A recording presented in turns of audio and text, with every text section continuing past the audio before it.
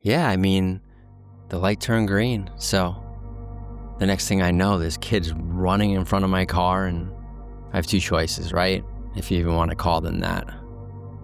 So I swerve out of the way instinctually, and I'm going up against this embankment, and all of a sudden I feel myself, just the car flipping upside down, right? I'm like, holy shit.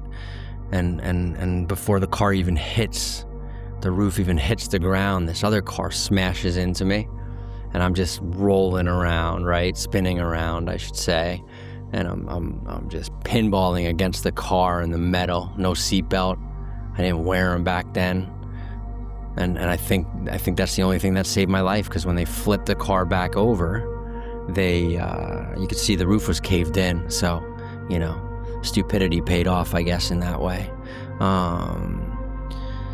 Anyway, so I could smell the rubber, right, and feel the roof just pressing down, and my ribs are cracked. At least they feel like it. I can't breathe, and the next thing I know is it's a deafening silence.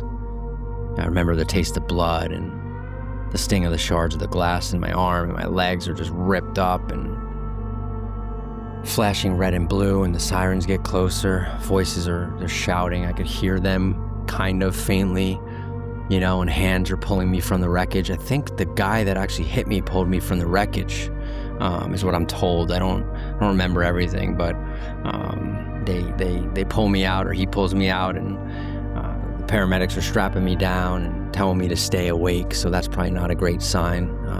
Something going on with my head, I guess, and the next thing I know, I black out, right? So yeah, scary shit. And the hospital lights flickering overhead is essentially what I come to, if you will. And everything is sterile. It's just cold, and surgery, and I'm covered in bruises, and my skin's all just stitched up, and just sharp piercings through my ribs and my back and my mind.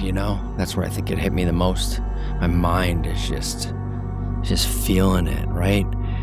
They said I was lucky though, and I'm alive, and I shouldn't have walked away from it, but I will walk again, and eventually I'll feel back to myself, and that's great that they say that, of course, and I'm alive, and that's amazing, and lucky for sure, but it's a year later, and I still wake up in cold sweats, and I relive the screeching and the dreaming about the slamming and the wreckage, and I finally get the courage to drive again, and again and again, so I can get through this, and I grip the wheel too tight, and I just feel as if life depends on it, mine and yours, and it does, really. And then when I get to the lights and they're green, I just freeze, and horns are beeping, and people are driving around me, and they curse at me, and I don't blame them. I totally get it. It's, weird that I'm sitting there at a green light, and if I don't drive,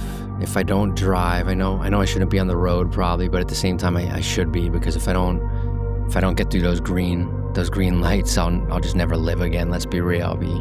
I'll be scared for the rest of my life, and I'll have these nightmares, and eventually I got to get through them. So I say that to say that people think PTSD is just about soldiers and combat and war zones, and I'm not comparing myself, respect, but my PTSD, it came from a car crash, and each day is a reminder, and each day is another scar. So I just got to keep getting back in the car and going and getting through the green lights, and slowly the fear, it's gonna loosen its grip.